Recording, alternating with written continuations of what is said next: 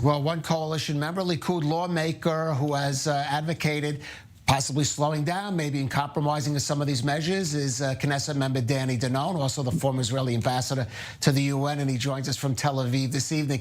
And Danny, great to have you on. We'll get to the judicial reforms in a minute, but first, your reaction to today's terror attack in the West Bank. And I have to ask you, this government came into office saying it would get tougher, would provide more security for Israelis. Do you think it's meeting that promise? I think the reality is unacceptable, Calev. We should not allow those attacks to take place in Huwara over and over again in daylight. They come and commit horrible crimes against our civilians. I expect that we act differently. I think that we should actually today change the equation. We should allow our troops to storm the village and to make sure that we arrest those terrorists and those who support them. You know, we heard a lot about this village, but we have to say it very honestly, that this place is a hostile village, and we shouldn't make it for the people who live in this area a mission impossible to pass by every day and to put their lives under threat because of those terrorists. I expect more from my government. Well, just briefly, if their attendance in the Sharm el-Sheikh summit, we just heard from our Palestinian analyst, that's from the Palestinian perspective, one way of keeping Israel in check. Well, you know, we promote dialogue, but at the same time, we have to fight the terrorists. We have to make sure that they pay a heavy price, even if it means that we have to put a full curfew on this village, even if it means that we have to bring more troops to ensure the safety of the Israelis who drive in this village. And let's make it very clear, thousands of Israelis who live in the communities of Har Bracha, Elon Moreh, they have no other way to get to their homes. Every day they have to pass through this village with their children. Sometimes you see women drive by themselves in the village. We have to change the reality and send a very clear message that we will have to make sure that the Jews can drive safely. We will do whatever is necessary to do it. All right, let's get on to the judicial reforms, Danny. The coalition leaders reported to me tonight, perhaps thinking about either slowing down or even softening some of the proposals. What do you think they should be doing? What do you think Prime Minister Netanyahu, your party leader, and the other party leaders should be doing and deciding in this meeting? My position was very clear from the beginning. I supported the ideas of reforming the judicial system, but at the same time, I say let's have a dialogue. Let's try to find the common ground between opposition and coalition on such an important issue. Unfortunately, it didn't happen. The president tried to do it, but I don't think he was helpful so far. I think the right thing to do now is to sit among ourselves and to see what we can do in terms of like changing some of the ideas, amending some of the legislation before we move forward. I think that's what will happen in the next few days. Danny, I hate to put you on the spot, but one of your fellow Likud lawmakers, Yuli Edelstein, has come out and said if some of these proposals in their original form, suggested by the Justice Minister and Simcha Rothman of the Law and Constitution Committee, reach the final votes in the plenum, he may not vote for them. Are you willing to go that far? So, you know, my way is to act differently. I believe in my power within the party to change the reality. And I think before we get to the final vote, we will see a different resolutions that all the Likud MKs would support. I think that's the right thing to do.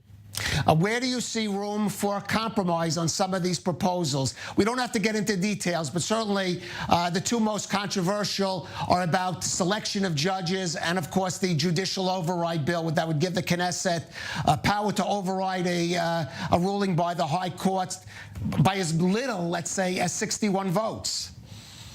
You know, Calev, I spent many years at the UN, and I handled many negotiations, tough ones. And I can tell you one thing. If at the end of the negotiations, both sides are not happy, it's a good sign. It means that both compromise. But what happened lately with the president's initiative, that one side was very happy and the other side was really upset. So I think without getting into details, we need to make sure that both sides are not happy.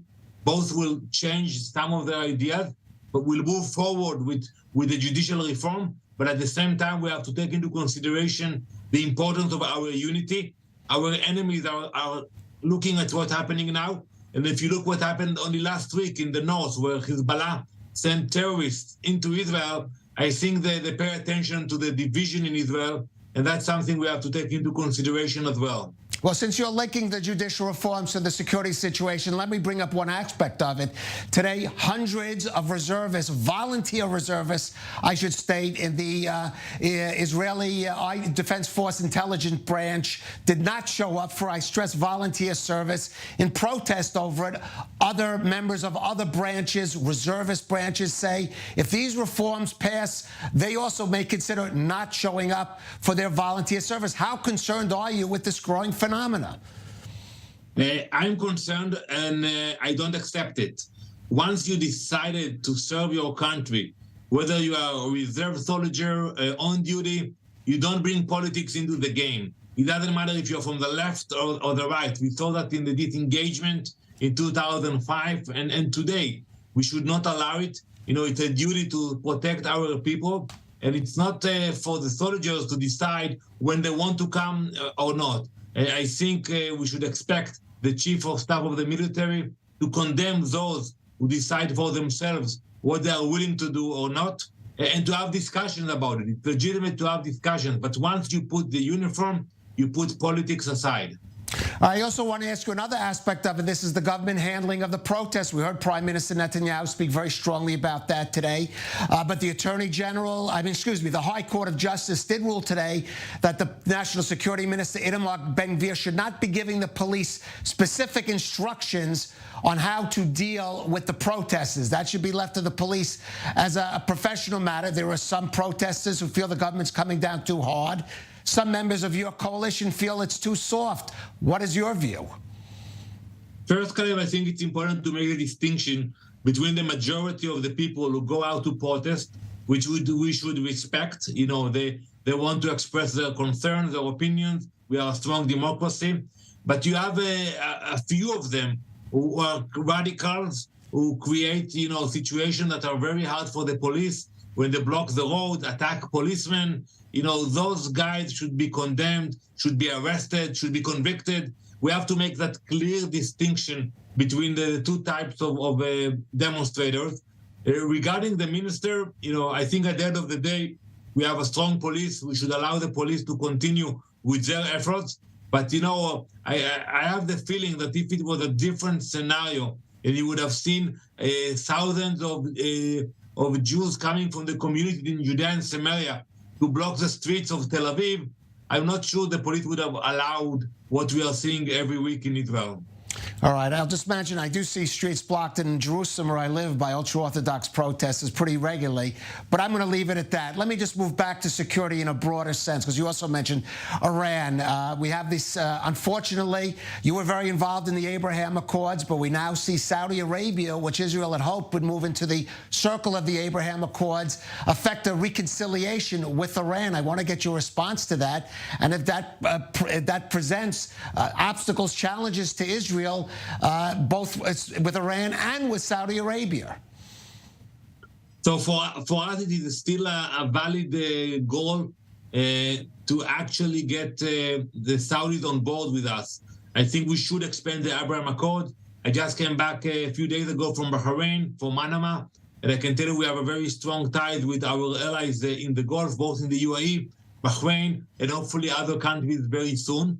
But I agree with you. To see the signing between the Saudis and the Iranians, it wasn't a good sign for us here in Israel. I think it's also a clear message to our friends in Washington, D.C., that the Saudis expect the U.S. to be involved.